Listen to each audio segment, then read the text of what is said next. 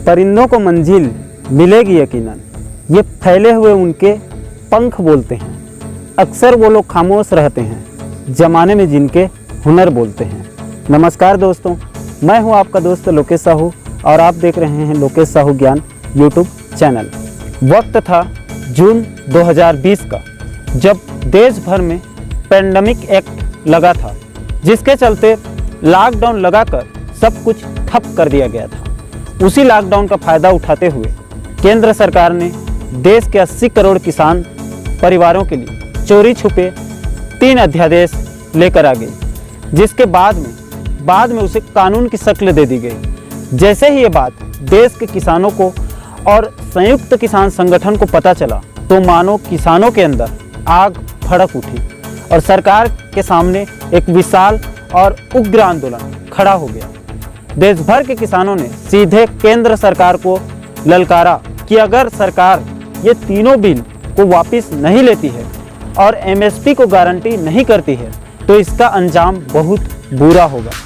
तत्काल संयुक्त किसान संगठन हरकत में आ गई और सीधे केंद्र सरकार को चेतावनी दी कि अगर सरकार समय रहते नहीं सुधरी तो अन्नदाता का विरोध सरकार को बहुत महंगी पड़ेगी। संयुक्त किसान संगठन के हुंकार के बाद बिना देरी के हरियाणा, पंजाब, उत्तर प्रदेश से किसानों के जत्थे दिल्ली कूच कर गए।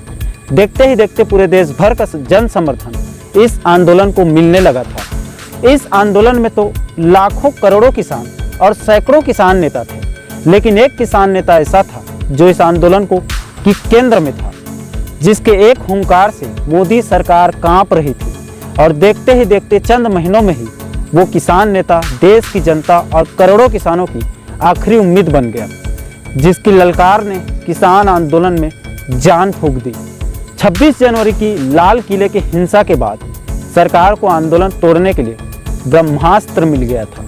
इस घटना के बाद आंदोलनकारी किसानों के ऊपर मानो पहाड़ सा टूट पड़ा था और उनका हिम्मत जवाब दे रहा था और आधा से ज़्यादा लोग किसान आंदोलन को छोड़कर अपने अपने घरों में वापस आ गए थे। सरकार किसानों को जबरदस्ती खदेड़ने के लिए पुलिस और सीआरपीएफ की टुकड़ियों को दिल्ली के बॉर्डरों में लगा दिया। अब लगने लगा था कि सरकार किसी भी वक्त आंदोलन को ताकत के दम पर खत्म कर देगी। 28 जनवरी की शाम को पूरे देश की नज़र दिल्ली के गाजीपुर बॉर्डर की ओर टकटकी लगाकर देख रही थी। शाम को ही सरकार के एक्शन से पहले ही बीजेपी के कुछ विधायक और उनके पाले हुए गुंडे किसानों को मारना शुरू कर दिया और नारे लगाते हुए दिल्ली के गाजीपुर बॉर्डर की ओर आगे बढ़ रहे थे कि दिल्ली पुलिस तुम लठ बजाओ, हम तुम्हारे साथ हैं। जैसे ही ये बात उस किसान नेता को पता चला कि किसानों के ऊपर बर्बरता किया जा रहा है तो वो किसान नेता किसानों के ऊपर बरसते लाठी को देखकर फुट फुट कर मीडिया के सामने रोने लगा और खड़े होकर मंच से सरकार को ललकारते हुए कहा कि हम शांतिपूर्वक गिरफ्तारी देना चाहते थे, हमारे लोगों को सुरक्षित अपने घर जाने दो। बड़ा षड्यंत्र रचा जा रहा है, किसानों को रास्ते में पीटने का प्लान बनाया जा रहा है। विधायक और बीजेपी के लोग लगा दिए गए हैं, हम धरना स्थल खाली नहीं करेंगे, गोली मारो यही मरेंगे, लेकिन देश के किसानों को का साथ छोड़कर नहीं जाएंगे। जिस सरदार बिरादरी ने इतना मान सम्मान दिया उसे मौत के मुंह में अकेला छोड़कर नहीं जाऊंगा। देश के किसानों के साथ बहुत बड़ी गद्दारी हो गई, देश के अन्नदाता के साथ बहुत बड़ा धोखा हो गया। मतलब इतनी बड़ी गुंडागर्दी, देश का पेट भरने वाला किसान का आज सर फोड़ा जा रहा है, ये सहन नहीं होगा। गोली मारो यही मरेंगे, लेकिन किसी भी कीमत पर किसान की पगड़ी को उछालने नहीं दूंगा। सही मायने में उस दिन वो किसान नेता अकेला नहीं रो रहा था, बल्कि पूरा हिंदुस्तान के किसानों की आत्मा रो रही थी। उसके 2 बूंद आंसू ने मानो जन सैलाब ला दिया। वो वीडियो मीडिया और सोशल मीडिया दोनों में लाइव चल रहा था। फिर क्या था, रात में ही पंजाब, हरियाणा, उत्तर प्रदेश, उत्तराखंड, मध्य प्रदेश, महाराष्ट्र और देश भर के किसानों का ऐसा जन समर्थन उमड़ा कि देश की राजधानी दिल्ली को हिला कर रख दिया था।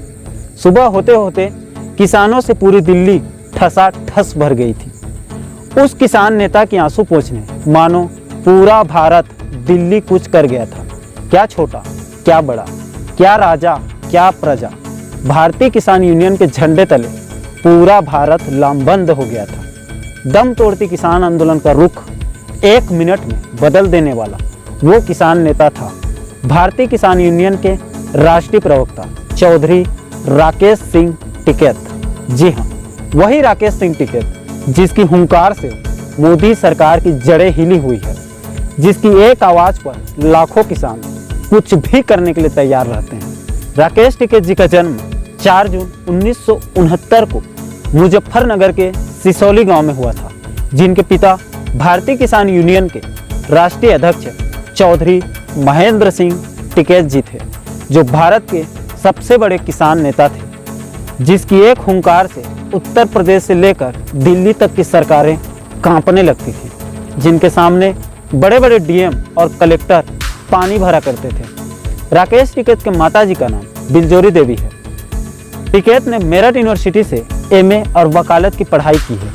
राकेश टिकैत जी की शादी सन 1985 में बागवत जनपद के दादरी गांव की सुनीता देवी से हुई है। टिकैत के एक बेटा और 2 बेटियां हैं। बेटे का नाम चौधरी चरण सिंह टिकैत और बेटियों का नाम सीमा और ज्योति है। सभी बच्चों की शादी हो चुकी है।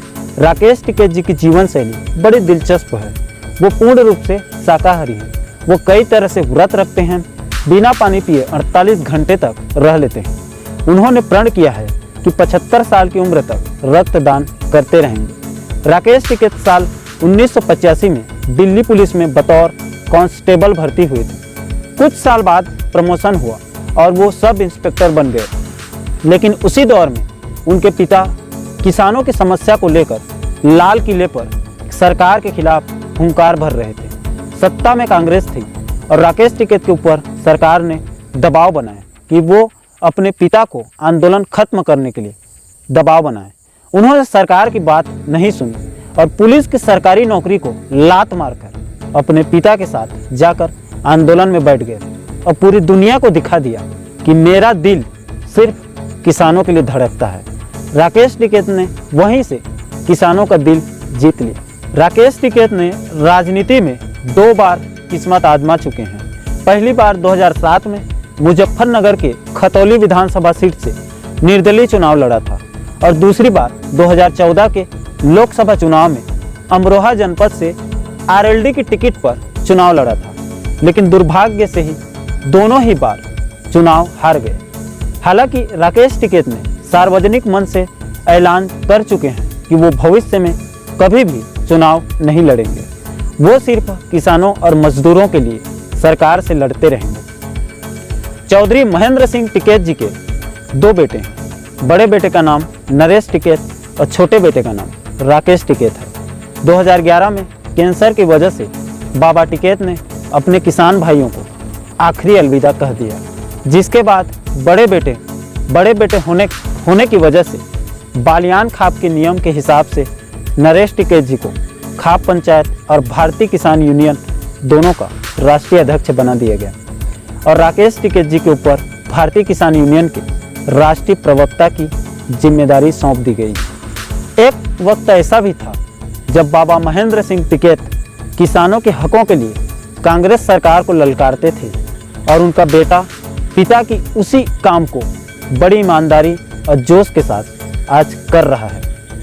आज जिस प्रकार राकेश टिकैत किसानों के हितों के लिए मोदी सरकार के खिलाफ हुंकार भर रहे हैं, उनसे सरकार के हाथ पांव फूले हुए हैं। आज के वक्त में भारत के अंदर अपने निजी स्वार्थ के लिए सरकार के तलवे चाटने वाले आपको हर 10 मीटर में मिल जाएंगे, लेकिन बर्बाद होते अन्नदाता के हक की लड़ाई लड़ने वाला कोई नहीं मिलेगा।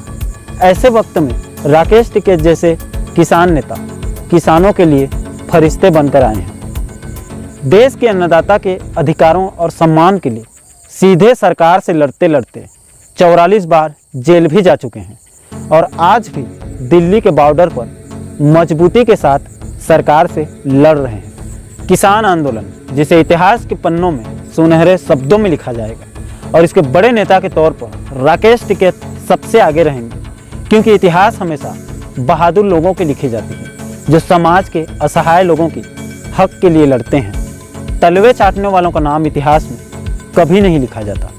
आज देश के अंदर कुछ मुट्ठी भर लोग किसान आंदोलन और राकेश टिकैत जी के ऊपर हंस रहे हैं, उन्हें भला बुरा कह रहे हैं। उन लोगों को बस इतना ही कहना चाहता हूँ कि संघर्ष में आदमी अकेला होता है, सफलता में दुनिया उसके साथ होती है। जब जब जग किसी पर हंसा है तब तब उसी ने ही इतिहास रचा है। ये थी कहानी भारतीय किसान यूनियन के राष्ट्रीय प्रवक्ता और वर्तमान में भारत के सबसे बड़े किसान नेता चौधरी राकेश सिंह टिकैत जी की पुलिस की नौकरी से लेकर किसान नेता बनने तक का सुनहरा और चुनौतीपूर्ण भरा सफर की। जिस तरह से राकेश टिकैत जी आज किसानों और मजदूरों के हकों के लिए लड़ रहे हैं, उन्होंने पूरा हिंदुस्तान का दिल जीत लिया है।